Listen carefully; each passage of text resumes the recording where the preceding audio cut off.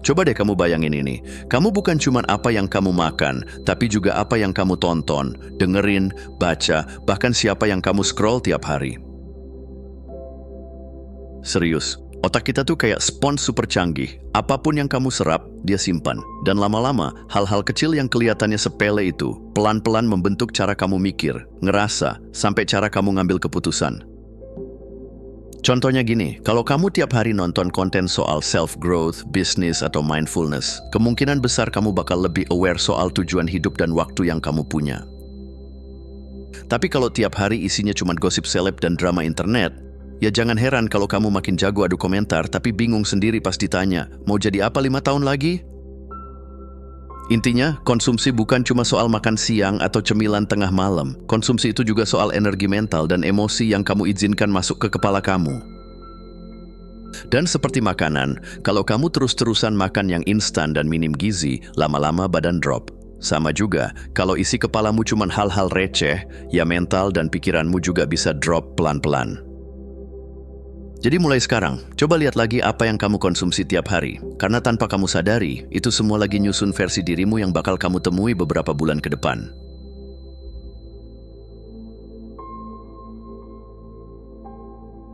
Kamu pasti pernah dengar pepatah lama, kita adalah rata-rata dari 5 orang terdekat kita.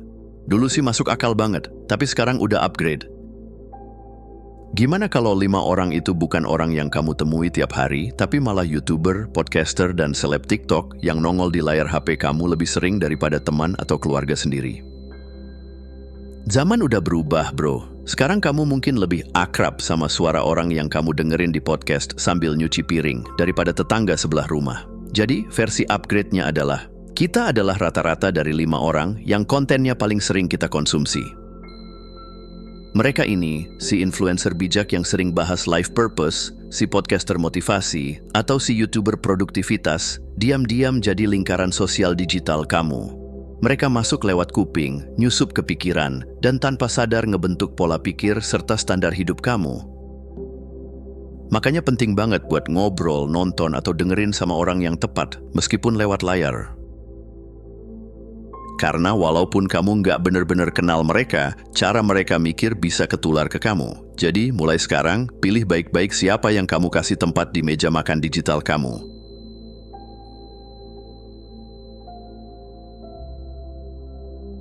Pernah nggak sih kamu habis nonton video workout terus langsung semangat push-up? Meskipun cuma 5 detik doang? Atau habis scroll video, orang beresin kamar, kamu jadi pengen bersih-bersih juga, walau akhirnya cuma beresin satu sudut meja. Nah, itu bukti kecil tapi nyata kalau konten yang kamu konsumsi bisa banget nularin energi dan kebiasaan. Masalahnya, otak kita nggak selalu bisa bedain mana inspirasi yang datang dari dalam, mana yang cuma efek nonton.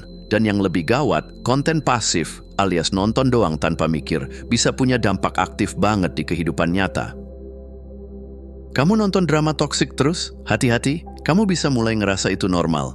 Kamu sering lihat konten rebahan sambil ngeluh hidup berat? Lama-lama kamu juga ikut-ikutan merasa dunia nggak adil. Sebaliknya, kalau kamu sering dengerin orang-orang yang produktif, visioner, dan bahas solusi, otakmu bakal nyetel ke frekuensi yang sama. Tanpa sadar, kamu mulai mikir kayak mereka, ngomong kayak mereka, bahkan ngelakuin hal-hal yang mirip. Jadi konten itu ibarat benih. Mau kamu tanam benih malas, drama, atau semangat, hasilnya bakal nongol di gaya hidup kamu. Dan kamu mungkin nggak sadar, tapi konten yang kamu tonton doang hari ini bisa jadi blueprint tindakanmu besok.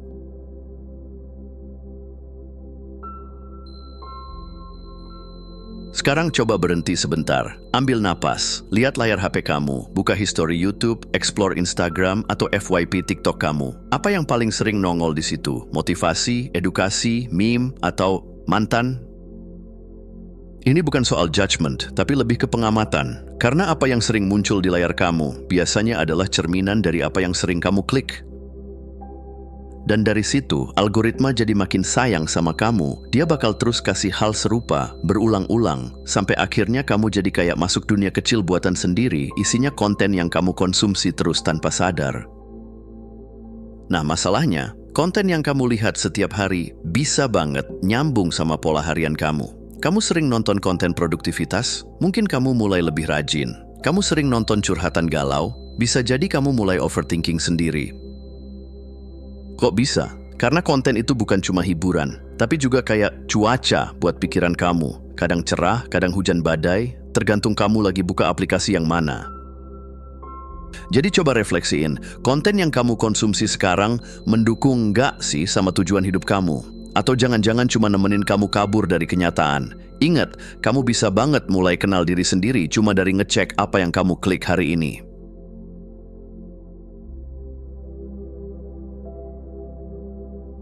Banyak orang mikir perubahan diri itu harus dramatis, pindah kota, ganti pekerjaan, mulai dari nol.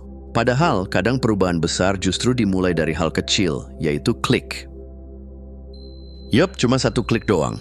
Klik play di video yang benar, klik follow di akun yang inspiratif, klik close di konten yang ngerusak mood. Kamu punya kendali penuh atas asupan pikiran kamu, dan kabar baiknya, kamu nggak perlu langsung jadi versi ideal diri kamu dalam semalam. Cukup mulai dari satu pilihan kecil, yaitu pilih konten yang membangun, yang setelah kamu tonton, kamu jadi mikir, bukan makin kosong, yang bikin kamu tergerak, bukan cuma tertawa lalu lupa. Ini bukan soal jadi sempurna dan ngelarang diri nonton yang seru-seruan, tapi ini soal menyeimbangkan menu pikiran kamu. Sama kayak makan, nggak harus salad terus, tapi jangan juga junk food mulu. Isi hari kamu dengan konten yang bisa bantu kamu tumbuh, walau pelan. Intinya, setiap kali kamu milih nonton sesuatu yang membangun, kamu lagi bilang ke semesta, aku siap berubah. Dan dari situ, perlahan, identitas baru kamu mulai terbentuk, nggak lewat omongan, tapi lewat kebiasaan.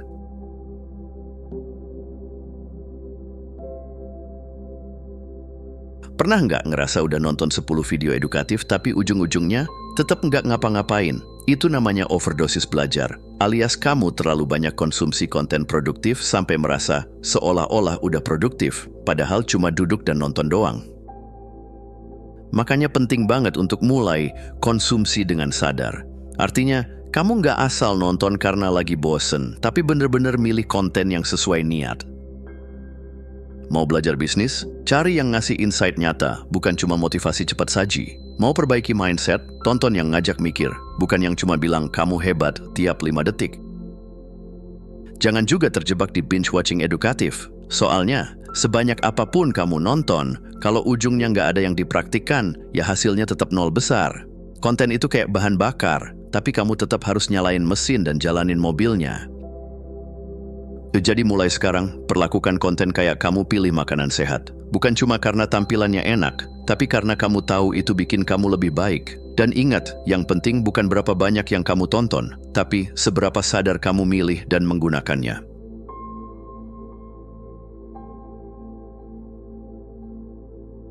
Coba deh kamu tanya ke diri sendiri, aku pengen jadi orang kayak gimana sih? Pertanyaan sederhana, tapi jawabannya bisa jadi kompas hidup. Nah, begitu kamu tahu arahnya, langkah selanjutnya adalah cari role model yang sesuai tujuan itu. Kalau kamu pengen jadi pebisnis sukses, ya jangan malah ngabisin waktu nonton prank receh atau drama artis yang nggak ada hubungannya. Cari orang yang udah jalanin perjalanan itu, yang pernah jatuh bangun, bukan cuma pamer hasil akhir. Dengerin cerita mereka, pelajari pola pikir mereka, dan resapi cara mereka ngambil keputusan. Atau kalau kamu lagi fokus ke kesehatan mental, ikuti orang-orang yang udah lewatin masa sulit dan sekarang berbagi insight dengan jujur. Yang bukan cuma kelihatan zen di kamera, tapi juga transparan soal perjuangan mereka. Karena di balik ketenangan itu pasti ada proses, dan itu yang paling berharga buat kamu pelajari. Intinya gini, kalau kamu lagi bangun rumah, kamu pasti butuh tukang yang tahu cara kerja pondasi, bukan sekadar yang jago dekor. Begitu juga hidup, pilih figur publik yang bukan cuma terlihat keren, tapi punya nilai yang selaras sama kamu. Karena dari situ, kamu bukan cuma belajar, tapi juga secara nggak sadar, kamu sedang membentuk versi terbaik dari dirimu sendiri.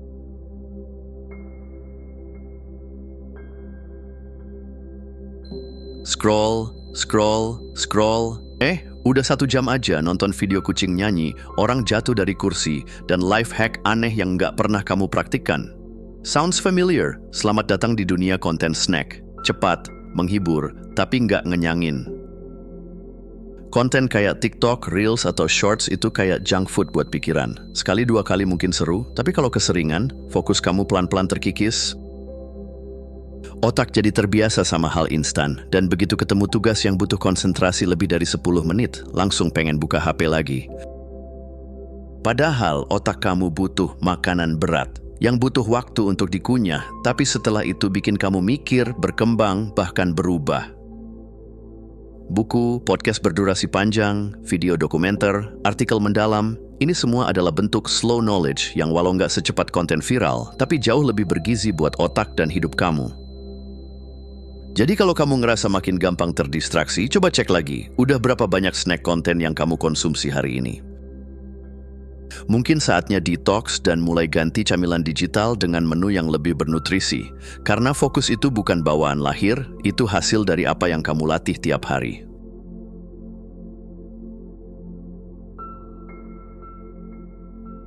Kalau kamu udah nonton sampai di titik ini, berarti kamu serius pengen jadi versi terbaik dari dirimu sendiri. Dan itu keren banget. Sekarang saatnya kasih tubuh dan pikiranmu asupan super, bukan cuma sekadar hiburan kosong. Mulailah konsumsi konten yang beneran ninggalin jejak setelah ditonton, bukan yang cuma bikin ketawa lalu lupa. Misalnya, kamu bisa mulai dengan podcast dari orang-orang yang emang hidupnya udah selaras dengan nilai yang kamu cari. Bukan yang cuma penuh motivasi kosong, tapi yang ngajarin hal konkret dan bisa langsung kamu terapkan. Pilih yang bikin kamu mikir, bukan cuma merasa. Dan jangan remehkan kekuatan buku. Serius deh, buku itu kayak mentor pribadi yang sabar nungguin kamu balik lagi kapanpun kamu siap. Banyak ide besar dan transformasi hidup yang nggak akan kamu temuin di video 1 menit. Coba baca karya-karya seperti Atomic Habits dari James Clear, Deep Work dari Cal Newport, atau The Psychology of Money dari Morgan Housel. Ketiganya nggak cuma mengubah cara berpikir, tapi juga cara bertindak. Ingat, hidupmu nggak akan berubah dari satu konten aja, tapi kumpulan dari banyak konten yang berarti bisa jadi titik balik. Jadi yuk, mulai isi feed kamu dengan yang membangun, yang membuka wawasan, dan yang bikin kamu semangat jadi lebih baik, karena pilihan konten hari ini bisa jadi jalan hidupmu besok. Terima kasih sudah menonton. Jangan lupa untuk klik tombol like, subscribe, dan tinggalkan jejak di kolom komentar. Kami sangat menghargai setiap dukungan dari kalian. Semoga hari-hari kalian menyenangkan dan sampai jumpa di video selanjutnya.